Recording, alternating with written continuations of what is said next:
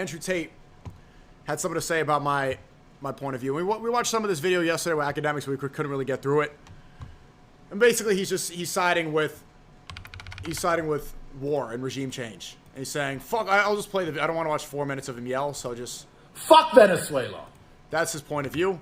And I said, after October 7th, you ridiculed Ben Shapiro for encouraging war from the safe comfort of a podcast studio, and today in Romania, you do the exact same. 100 innocent lives are already lost with far more to come. Oil isn't extracted overnight. It's not too late to change your stance. It's not too late. Take all their shit. That's what the point of view is from the right now. And I'm getting called a liberal. I'm getting called a commie. I'm getting called a far right is like everything. They're saying I'm a third worldist. They're saying I'm Haitian. They're pretty much trying to call me a hard R with the suppressor in every way possible. Have you noticed that? Matt Walsh is tweeting at me every week, and we're going to get into why he's running away from the debate. He's going back to work. Ben Shapiro whipped him into place. Well, they really want to call me the hard R, but they're just dancing around it. Third worldist, Somali IQ, jihadist, brownoid. When did that come up? When did brownoid become a word? And you know what's funny too? I could play with the lighting and be lighter than half those people calling it if I wanted to. Especially now with the clean shaven, it's like it's harder to do it. Right, ready? If I go blue light, if I really crank this bitch up like Kai Cenat lighting, I'm a white nationalist now. I'm a white nationalist. You're gonna call me a third world? Look at that. Look at my Caucasian DNA. Right, whiter than all of you. All right? But the reason it's not working is because those are tactics that work on liberals, that work on the left. Saying third worldists and pretty much just like saying that this should be the benefits for white people, but not for others. America should be an empire. We deserve everything. I don't care if Venezuela's brown. You're a third worldist. You're a third worldist. You're a neighbor. I'm on YouTube. I'm against these long, prolonged boots on the ground, let's launder trillions, thousands of... Yeah. But I don't care. I mean, they can call me these things and the tactics don't work. I just don't want to go to war. And for some reason, that's a communist take. Being against regime change now, apparently that makes you a third worldist. Being against war, apparently that makes you a radical Islamist socialist invader. If you believe that, if you're being anti-regime change, anti-war, really putting America first, if that makes you a communist, then call me a communist. We are not at war. We're going to get into all that. We're going to get into all that. Because let's see what Tate responded.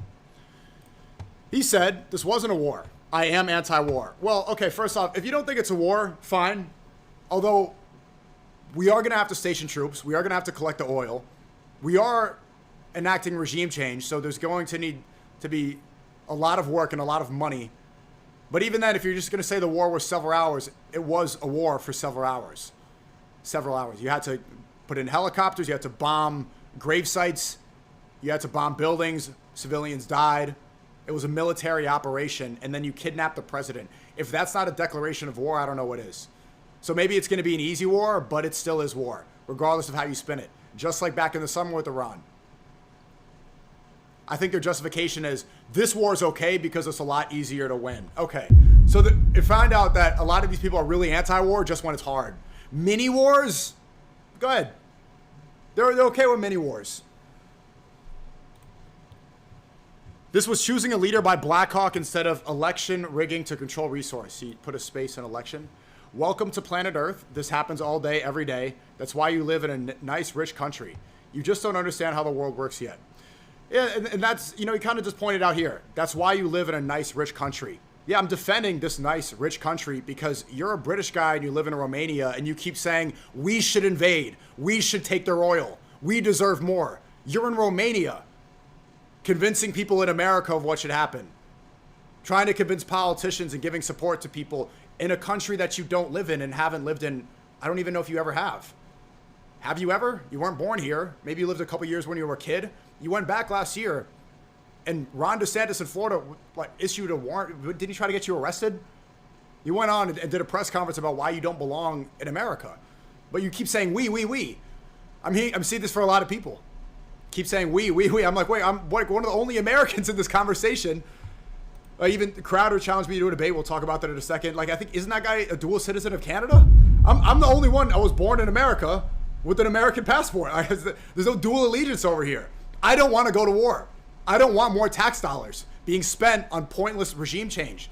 Do you realize? Because even if you're going to argue that it's not war, there still is a regime change. We still need to support that country now. They are now reliant upon us. What do we have? $43 trillion in debt, $48 trillion in debt, housing crisis all over. I was the on average the Gen fence Z on the member Venezuela carries conflict, but 90,000 in Myron debt. did a great analysis on it yesterday, and he made me You're on the change fence my about mind. it? Okay, hold on. I'm going to turn Maybe the call TVs off for him now. It's today. not working on my headphones. 93 averages 90,000 in debt. And every time I talk about this, like, oh, SNEAKO, you're like the affordability guy now, right? What are you, like the affordable guy? Isn't that the America First position, to care about what's happening here? Less people own homes in younger generations than ever before. It's something like the past 6 of the last 8 presidents were all born in 1946. We live in a country dominated by boomers. They don't understand what it's like in Gen Z. Boomers got handed homes. They worked like 40 hours a week and they got a nice wife. They didn't have to deal with feminism, Tinder. They got everything handed to them on a silver platters. Easy. Bought 6 houses, and they're like, oh, what are you young people poor and broke? Just pull yourselves up by your bootstraps. That's what it's been for like the last 6 of the 8 presidents, all born in 1946. So when I say, wait, there's actually problems with future, millennials are all broke. People can't afford rent. People don't have health care. There's a fentanyl crisis here. And even addressing that and calling out that problem, people also call you a communist. When can we have a real conversation about this? You just don't understand how the world works yet. No, I understand how it works exactly. I understand exactly how it works. There's right from wrong. And power controls. Might, according to you, might is right. Well, if might is right, then the people that complain about white replacement need to stop crying and get over it. Pull yourselves up by your bootstraps. Stop complaining and saying that they're using third worlders as a bioweapon to destroy our countries. Might is right, right? They're stronger than you.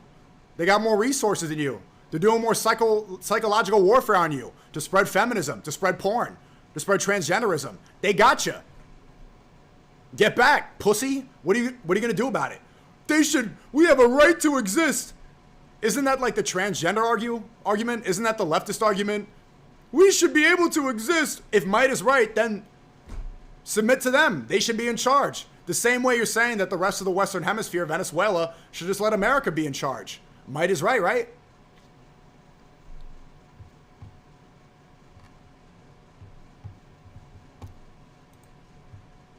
Let's see.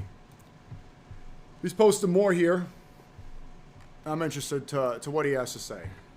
Hey everyone, I have this fantastic idea. It's called international law. It's going to be great. What's going to happen is we're going to write down a bunch of rules on a piece of paper and let shithole countries with no army and no money and no power and no economy tell really rich, powerful countries what to do. And the rich, powerful countries will have to listen because there's words on a piece of paper and no one's going to invade anyone and we won't need guns anymore. And then an island with 4 people on it can tell America what to do because of international law. It's really important and the whole world's going to be perfect.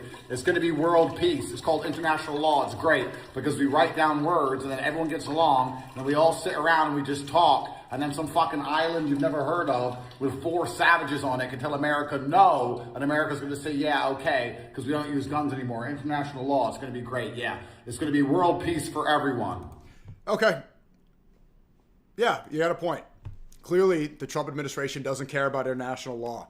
Well, then don't get on the moral high ground and say Maduro needed to be captured. He's a dictator. He was trafficking drugs, and trafficking drugs is illegal. Okay, well, so is violating international law.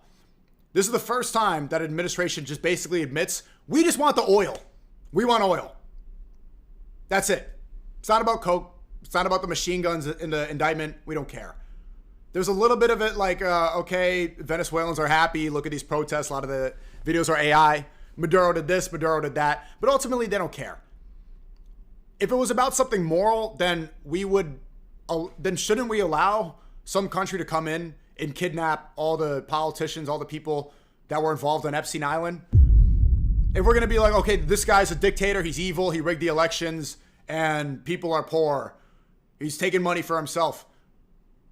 Aren't half the people in DC, or even more, the majority, way more evil? So are we going to use morality here? Because all these people weren't they on Epstein Island doing indescribable things that I don't want to say on YouTube that you all know of with children? So, okay, if we don't care about international law, then what is it based off of? Then it's just based off of power. If we're just going to say might is right, and it's not, there's no morality involved, whoever has the power can do what they want, then we shouldn't free Palestine. You got to leave that alone. You shouldn't care about these people. Israel's in charge. Let them take over the world. Submit to them. Don't fight for what's right.